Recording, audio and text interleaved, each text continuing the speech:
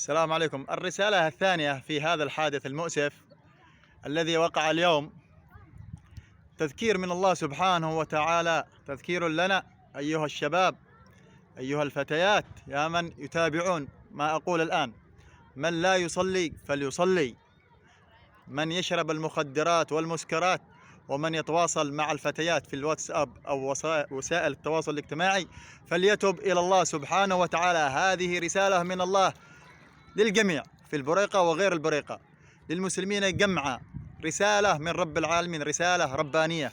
النبي عليه الصلاة والسلام ذكر في الأحاديث أو في حديث عليه الصلاة والسلام كثرة موت الفجأة. فجأة يقولوا فلان مات، للكبير والصغير فجأة، وهؤلاء في ريعان شبابهم، في بداية أعمارهم. فاتقوا الله أيها الشباب، توبوا إلى الله. هذه الرسالة الثانية لكم. نفتح اليوم صفحة جديدة: من لا يصلي فليصلي. كل باك فسيبكى، وكل حامل فسيحمل، وكل ناع فسينعى. من علا فالله أعلى، من علا فالله أعلى، وكل جديد فسيبلى، ليس دون الله سيبقى. لن يبقى إلا الله سبحانه وتعالى. فأنتم أيها البشر ضعاف، فتوبوا إلى الله توبة نصوحا.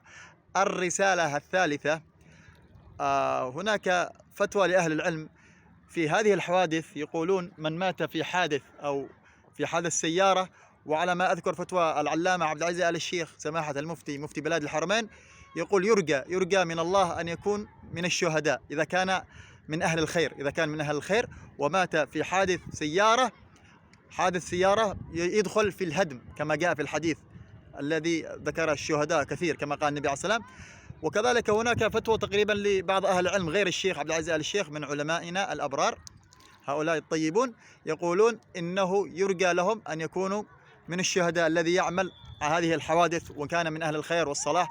فنسأل الله أن يتقبل من مات وأن يجعلهم، ونرجو من الله الرحمن الرحيم، نرجو من الله وهو الرحمن سبحانه أن يتقبلهم في الشهداء والصالحين وحسن أولئك رفيقا. نسأل الله أن يغفر للمسلمين والمسلمات والأحياء منهم والأموات. والسلام عليكم ورحمة الله وبركاته.